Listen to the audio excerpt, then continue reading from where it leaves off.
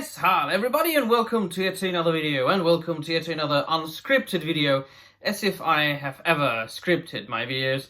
Nevertheless, if you've been following my channel, you know that there was a power outage and severe floods in my country, in the Czech Republic. But as you can see, let there be light. The light is back for the moment.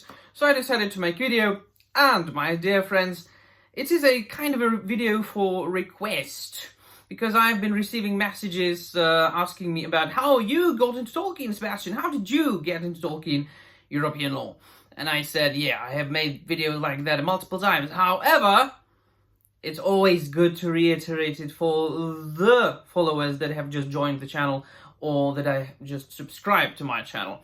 So, it's not really that much of an interesting history. I read The Hobbit when I was 8 for the first time. Then subsequently, I read The Lord of the Rings. Of course, at the time, it was in the Czech translation, because I'm from the Czech Republic. I'm half Czech, half Polish, yada yada.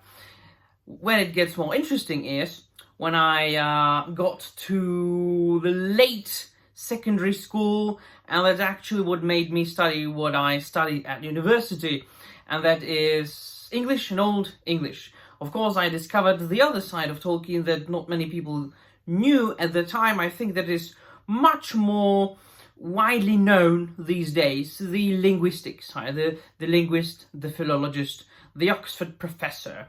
And so I decided to trace Tolkien's footsteps, so to speak, and to go to university, study English, Old English, and then become a university professor.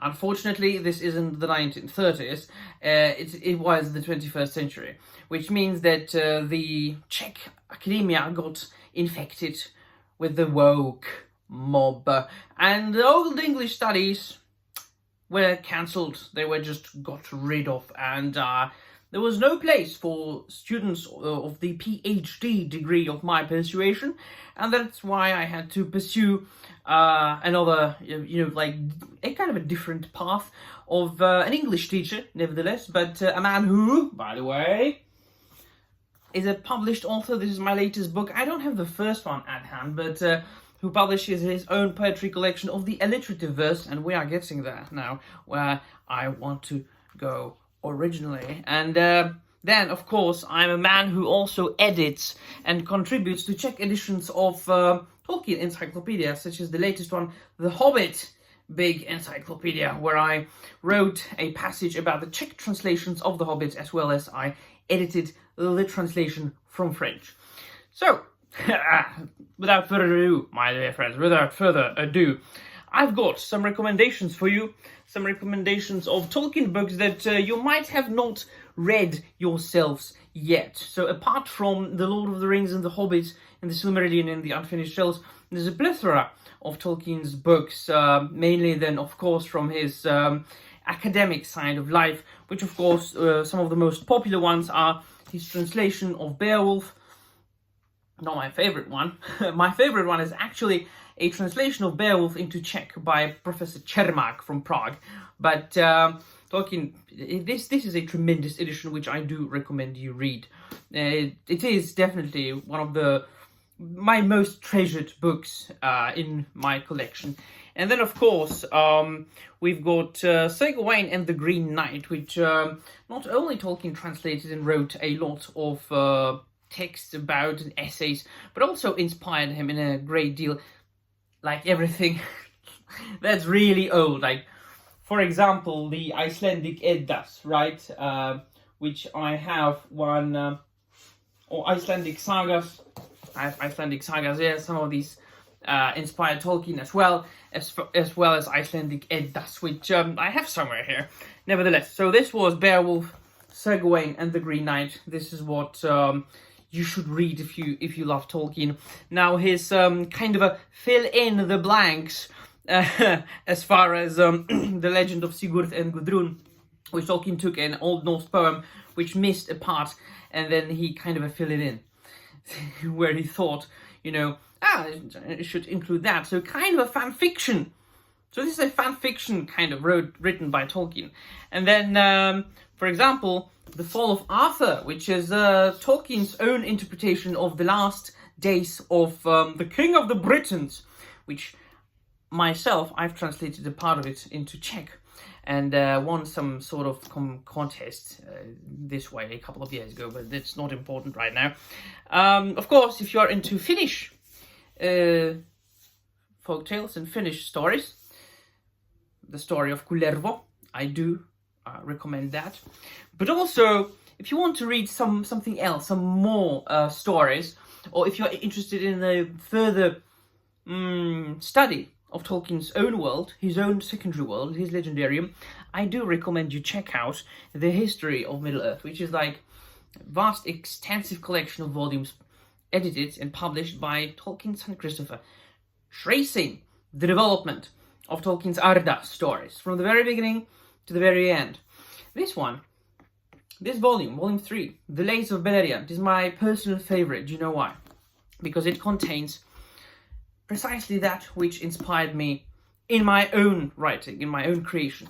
It contains Tolkien's alliterative poems, which are written in the old Germanic alliterative metre.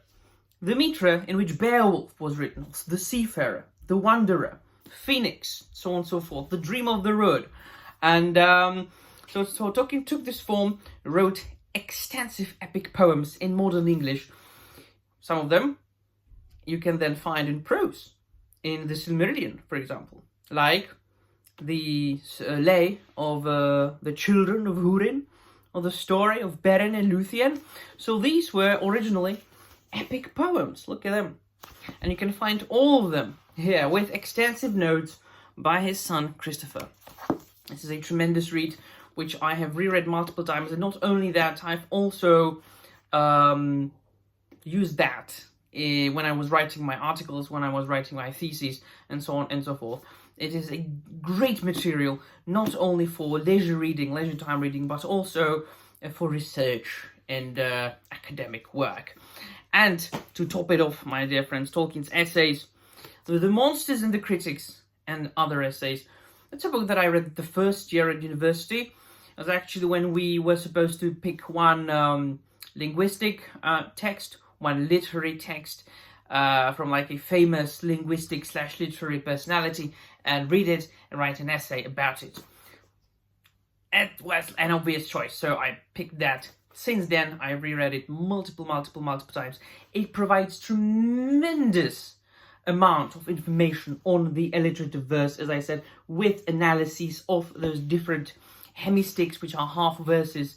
I've got a separate video about that somewhere on my channel, all about alliteration, and that's basically the material to study if you want to write write your own alliterative poems, such as I am in the Czech Republic. If you're a Czech subscriber or a Polish, a Slovak subscriber, go to some of the bookshops that you have near you, go to the internet, look it up, you might find it, get it. It's good, it's very good. And for the rest of you, I do recommend a lot of things on this channel. I do review a lot of things every week, good things, bad things, but I do even more for my channel members.